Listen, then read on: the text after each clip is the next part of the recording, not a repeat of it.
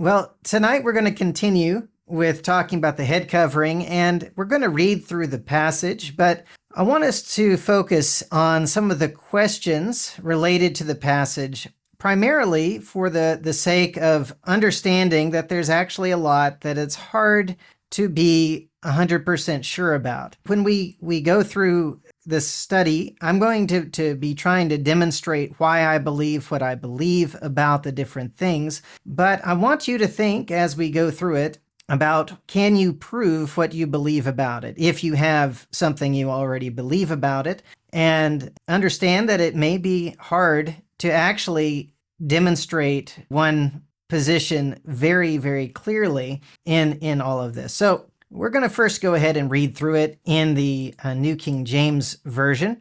So in 1 Corinthians chapter 11 and verse 2 through 16, he says, "Now I praise you, brethren, that you remember me in all things and keep the traditions just as I delivered them to you. But I want you to know that the head of every man is Christ, the head of woman is man, and the head of Christ is God. Every man praying or prophesying, having his head covered, dishonors his head. But every woman who prays or prophesies with her head uncovered dishonors her head, for that is one and the same as if her head were shaved. For if a woman is not covered, let her also be shorn. But if it is shameful for a woman to be shorn or shaved, let her be covered. For a man indeed ought not to cover his head, since he is the image and glory of God, but woman is the glory of man. For man is not from woman, but woman from man.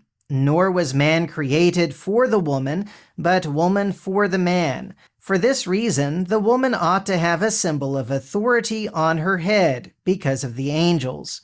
Nevertheless, neither is man independent of woman, nor woman independent of man in the Lord. For as woman came from man, even so man also comes through woman, but all things are from God. Judge among yourselves, is it proper for a woman to pray to God with her head uncovered? Does not even nature itself teach you that if a man has long hair, it is a dishonor to him?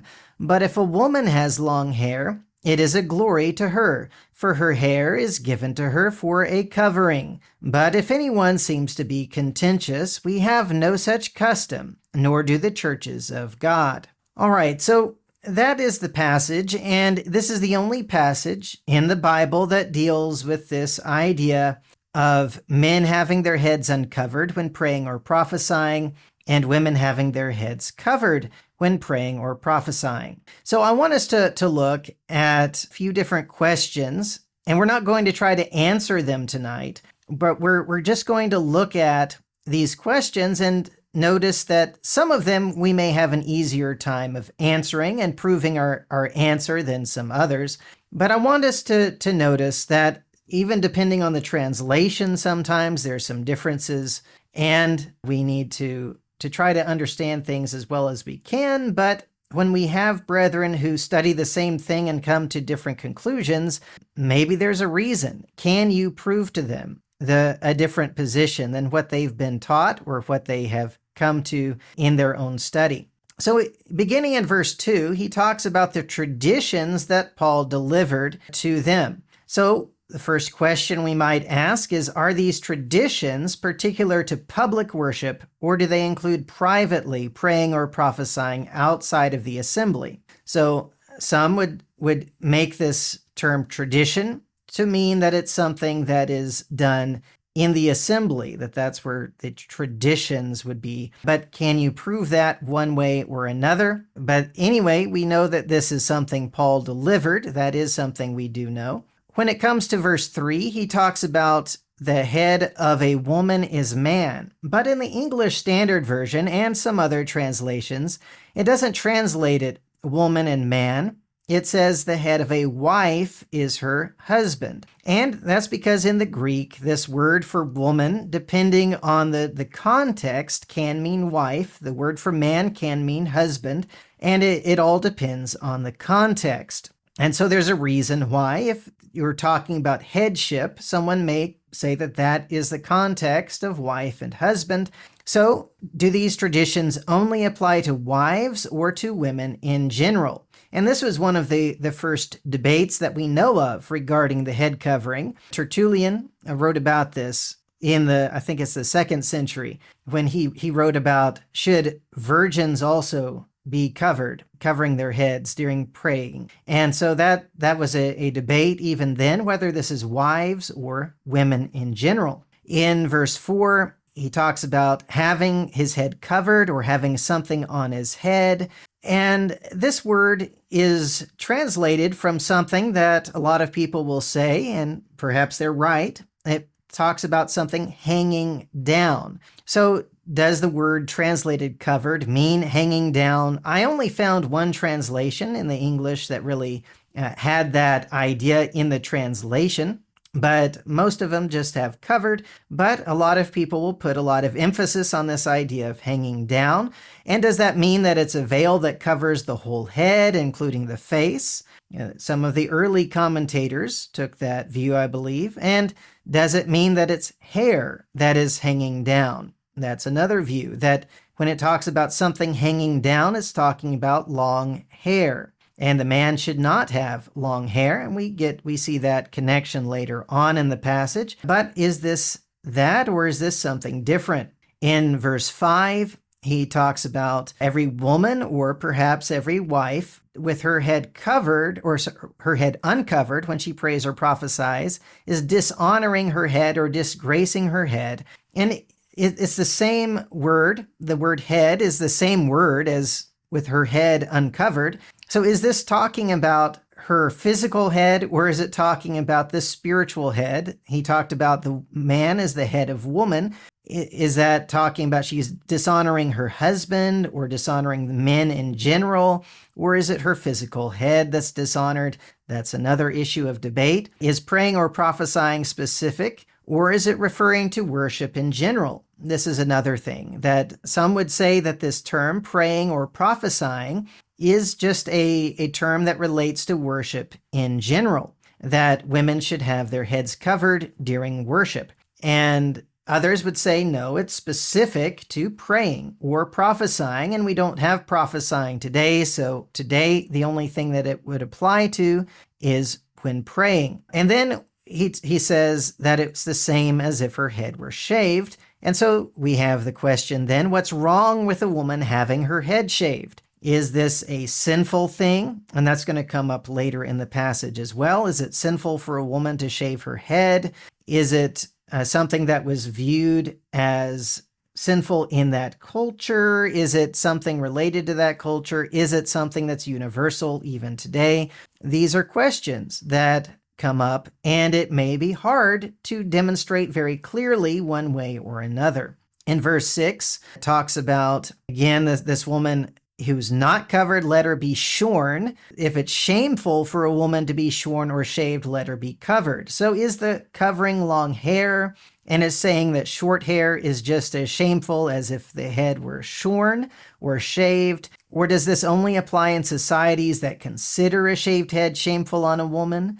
Does this mean that a shaved head on a woman should be shameful in any society? These are things that may not be 100% clear. We can have our ideas when we read it, and I will let you know what I think about it when we get there, not in this lesson. But these are questions that maybe we're going to have a hard time proving one way or another. Because of the way it's worded, it may be a little bit difficult to be absolutely sure. So there is room for disagreement in a lot of these things. In verse 7, he talks about a man should not cover his head because he is the image and glory of God, but woman is the glory of man. So what does it mean that man is the image and glory of God in distinction from a woman? Because we know that God created man and woman in his image. So we have to understand what that means. I think this one might be a little bit easier to answer, but still, this is a question that maybe we have to think through, and it may not be 100% clear, especially on first reading. He talks about man not originating from woman, but woman from man. that man was not created for the woman, but woman for the man. Okay, there's not too many questions there, I don't think. I think those things are clear, but in verse 10, it talks about a woman ought to have authority on her head. Now, this symbol of authority is inserted words. It doesn't literally say a symbol of authority. It literally says she should have authority on her head. So does it mean that this woman or wife should have a symbol of authority on her head, as most translations put it, or that she should have authority itself on her head? And if that's what it means, what does that even mean, to have authority on her head? And what does it mean that it's because of the angels? Do we even know what that means? What is it? And there's a lot of debate about because of the angels. We'll look at hopefully a couple of different ideas behind that. I think some of them are definitely wrong, but we need to have this understanding that we're not explained all of the things here. So if we can't demonstrate it clearly from this passage or from another passage, bringing it in, there's got to be some room for disagreement over what these things mean specifically. All right, it talks about the connection between man and woman. And then in verse 13, he says, judge among yourselves. Is it proper for a woman to pray to God with her head uncovered? So does the fact that they're to judge for themselves mean that this only applies in societies where they already have this idea? Because many people today, if you say judge for yourselves, is it proper for a woman to pray with her head uncovered? They'll say, well, yes, it is proper for a woman to pray with her head uncovered. Why would we even think that it's improper?